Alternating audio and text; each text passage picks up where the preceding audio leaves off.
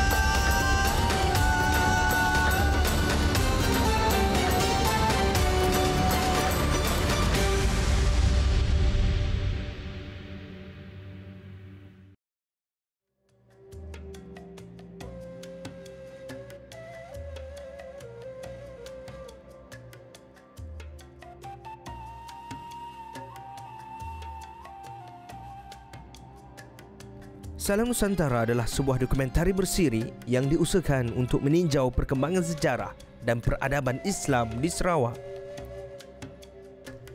Ia akan menjadi suatu permulaan positif dalam menyingkap khazanah peradaban masyarakat majmuk wilayah ini. Episod kali ini bakal menyajikan aspek adat dan budaya masyarakat tempatan yang terjalin dalam syariat agama dan perundangan Islam.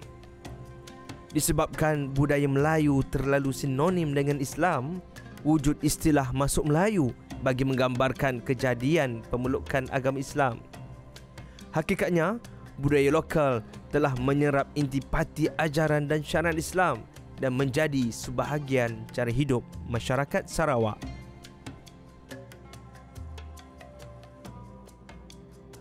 Apa yang menarik tentang Islam di Borneo ini ialah ia adalah satu Islam yang sangat halus, lembut dan juga berbudi bicara.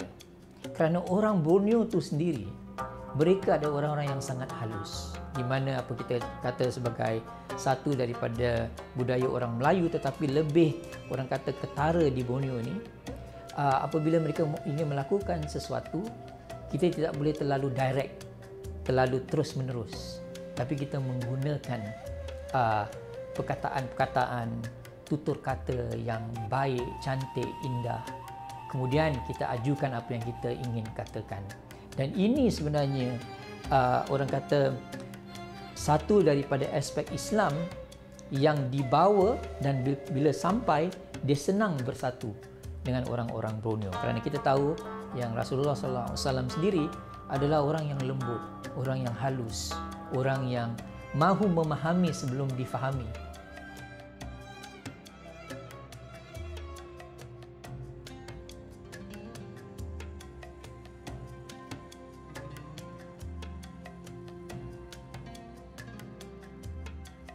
Masyarakat Islam dengan masyarakat non-Muslim ini toleransinya sangat tinggi, terutama sekali dalam menganjurkan kehidupan bermasyarakat dalam konteks hubungan budaya dalam masyarakat. Walaupun kalau kita lihat perkembangan pelbagai agama di Sabah dan juga di Sarawak yang kita lihat begitu ketara.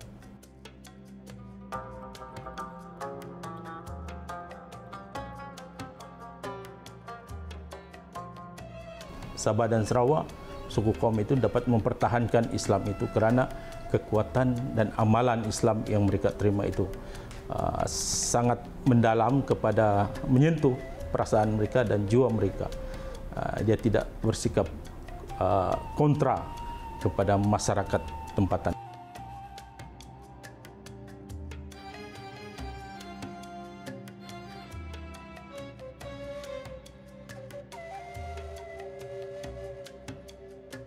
Satu keistimewaan kita di Borneo ini ialah apabila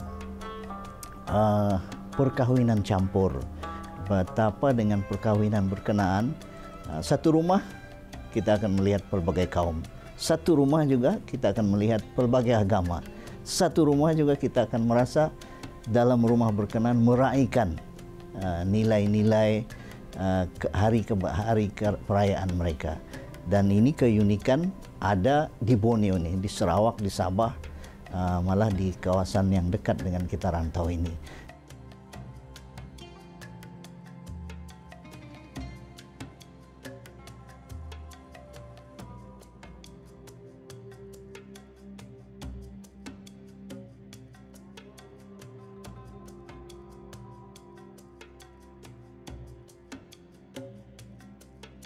Saya lihat peranan perkahwinan campur ini juga, perkahwinan campur sangat penting. Kerana di mana-mana di Borneo ini ikatan keluargaan sangat rapat. Walaupun dia berbeza agama, tetapi kalau sudah ada perkahwinan campur antara satu kaum dengan kaum yang lain atau yang berbeda agama itu, dia akan mempertahankan ikatan itu.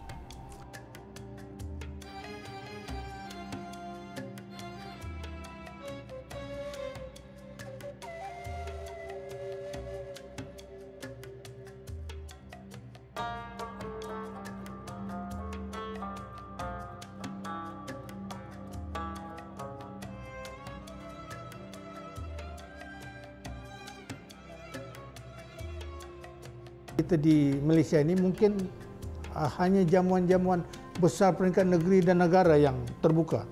Tetapi masyarakat kita di kampung-kampung, walaupun pegangan mereka dalam konteks gereja, dia ada rumah makan dipanggil. Kalau ada jemputan-jemputan ke rumah, mereka akan signal, jangan susah, datanglah ke rumah. Sebab yang masak itu ialah orang Muslim. Yang masa itu halal. Artinya ini sudah menjadi satu kebiasaan dalam kehidupan bermasyarakat. Artinya penghayatan budaya, penghayatan agama, toleransi dalam agama ini merentasi daripada kefahaman yang boleh membawa kepada perpecahan dalam masyarakat. Dan ini boleh diambil kira sebagai satu role model sebenarnya dalam konteks masyarakat Malaysia yang berbilang kaum dan agama yang mungkin boleh jadi role model dunia.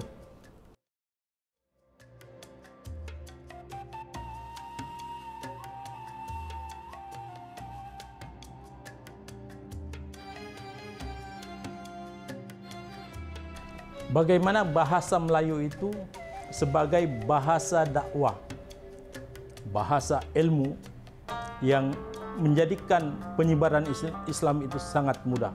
Orang-orang Melayu lebih faham dengan istilah besar rukun Islam yang rukun Islam solat 5 waktu satu hari semalam kan, menggunakan istilah sembahyang. Ini konsep Melayu asli, bukannya Hindu menyembah yang. Jadi ikut dalam dunia Melayu, budaya Melayu, yang itu ialah Tuhan. Kita menyembah Tuhan, sembahyang. Dan ini masih menjadi masih berpengaruh dapat difahami oleh masyarakat umum di Sarawak dan juga di Nusantara ya. Dan begitu juga ciri-ciri konsep puasa kan, rukun Islam juga puasa bulan Ramadan. Jadi istilah puasa tu daripada Sanskrit puasa. Kalau dalam bahasa Arab saum. Jadi kita masih ada pengaruh yang lama dari konsep supaya dapat diterima dengan mudah. Islam di wilayah dan rantau Asia Tenggara ini cukup sinonim ya, pada zaman dulu dengan kebudayaan masyarakat Melayu. Jadi tak hairanlah di banyak tempat termasuk di Sarawak, waktu dulu kalau orang masuk Islam itu nanti dia akan disebut sebagai masuk Melayu.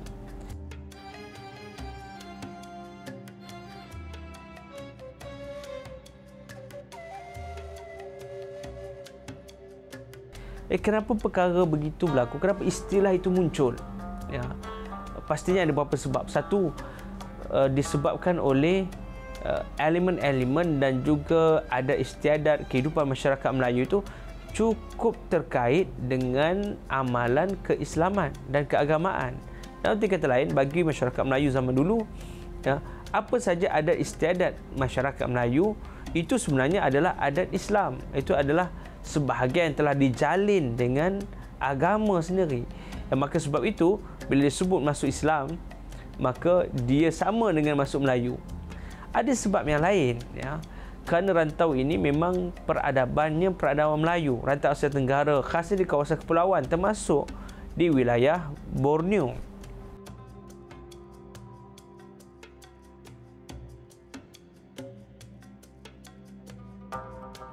Orang-orang yang lokal yang masuk Islam disebut masuk Melayu. Ini konsep yang penting menurut saya. Kenapa begitu? Di antara alasannya adalah orang-orang merasa penting disebut sebagai Melayu karena Melayu itu mewakili peradaban yang tinggi. Nah, jadi ada perubahan dari peradaban sebelumnya yang seperti yang saya sampaikan tadi, bahwa mereka tidak menetap. Setelah masuk Melayu, mereka menetap, kemudian memiliki sistem pemerintahan yang susunan masyarakatnya teratur, kemudian mereka hidup dalam satu sistem adat tertentu, maka menjadi Melayu menjadi penting. Padahal kan mereka tidak berubah, ya. Konsep Melayu sangat penting karena itu tadi berkaitan dengan bukan saja perpindahan agama, tetapi juga perpindahan kebudayaan, kebiasaan hidup, ya.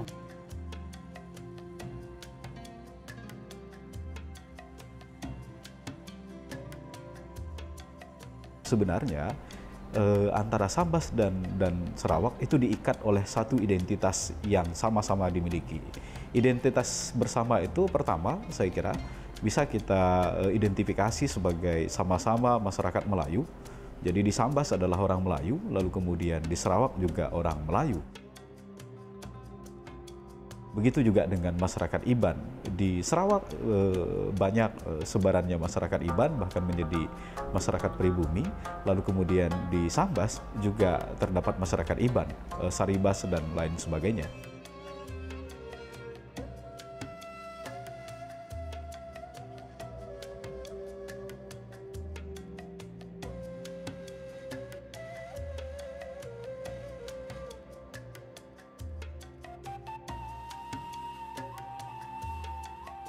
Apalagi Melayu ini kan dia punya falsafah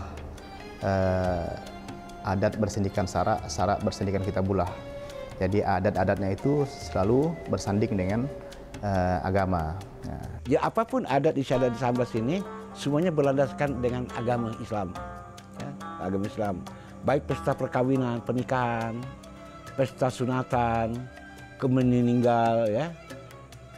Nah, itu juga semuanya ada keterkaitan, kesamaan kita di sana. Sama kita. Saya di Kuching pernah saya lihat ada juga saprahan, makan beramai. Makan sama-sama pesta pernikahan tuh. Nah, kalau di Sambas ini dia ada saprahan 6 orang. 6 orang satu kelompok, 6 orang. Saprahan ini sebenarnya dari agama Islam artinya zero.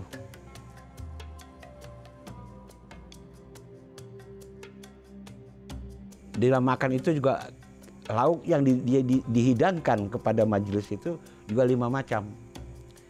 Kok enggak 6? Itu mengingatkan 5 itu bunyal islami ala khamsin sadatan ilaih sampai 5 rukun Islam itu. Itu mengingatkan simbol-simbol apapun di Sambas ini, simbolnya semua simbol Islam gitu. Suduknya, sendoknya itu 2. Itu mengingatkan Sambas bahwa itulah kita asal usulnya adalah Islam dengan tauhid syahadat asyhadu an la ilaha illallah wa asyhadu anna muhammadar 2 kalimat syahadat itu. Jadi apapun di Sambas ini bermakna kepada Islam semua gitu. Saya lihat banyak kesamaan dengan Malaysia ini, dengan Brunei, ya, dengan Brunei. Walaupun di dalam pelaksanaannya ada perbedaan sedikit, tapi dasarnya sama.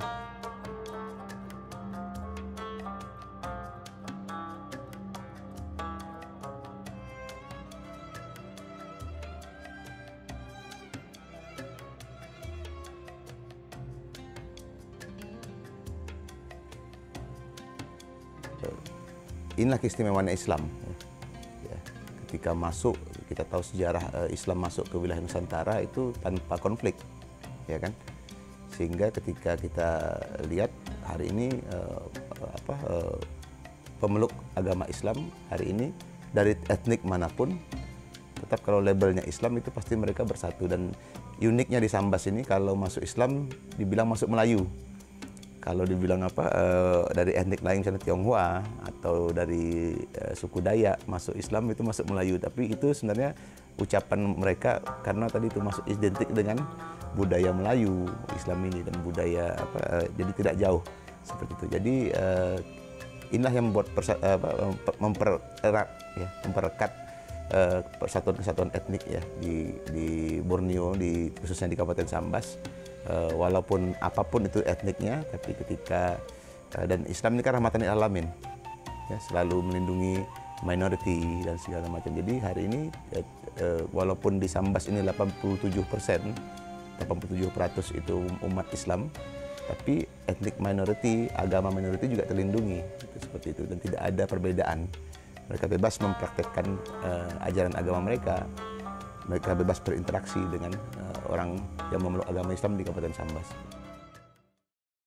Kewujudan etnik yang ramai dan bahasa yang pelbagai ini adalah serasi dengan apa yang berlaku di Sarawak. Kerana kedua-dua model ini adalah memang sentiasa diberikan satu contoh bahawa kalau mau melihat rumpun kedamaian, kesejahteraan, melangkaui kehidupan yang sebenar dalam konteks Malaysia negara majmuk ini, Sabah Sarawak adalah contoh role model yang terbaik.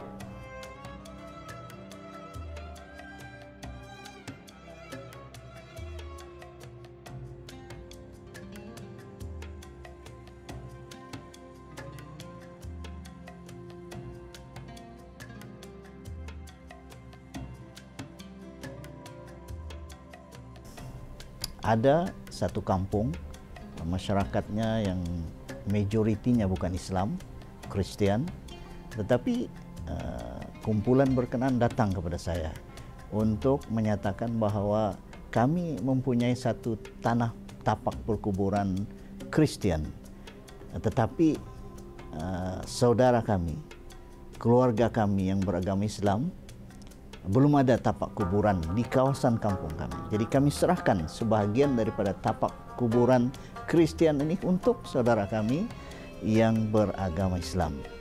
Luar biasa.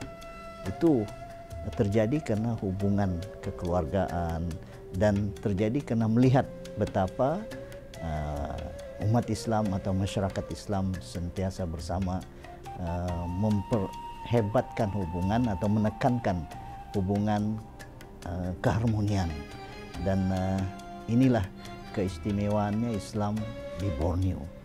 Pendekatan dakwah yang dibawa oleh pendakwah-pendakwah yang awal, yaitu pendekatan yang fleksibel, yang menghayati kehidupan budaya masyarakat dan tidak menyentuh perkara-perkara yang sensitif dalam masyarakat.